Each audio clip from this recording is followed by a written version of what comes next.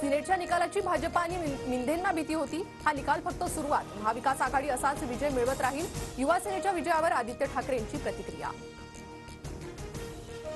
अब्दालीच्या लाडक्यांनो, आधी पोराशी निपटा. बापाचा विषय तुमच्या बसचा नाही. सिनेट निवडणुकीच्या निकालानंतर अंबादास दानवेंची टीका.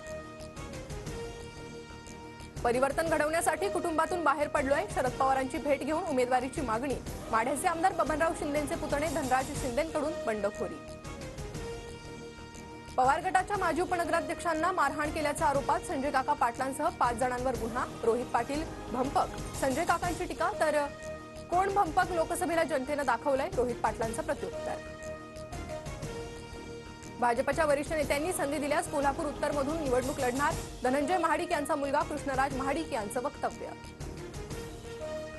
धारावीतील मशिदीचं अनधिकृत बांधकाम पाडा. किरीट सोमय्यांची पोलिसांनी महापालिकेकडे मागणी.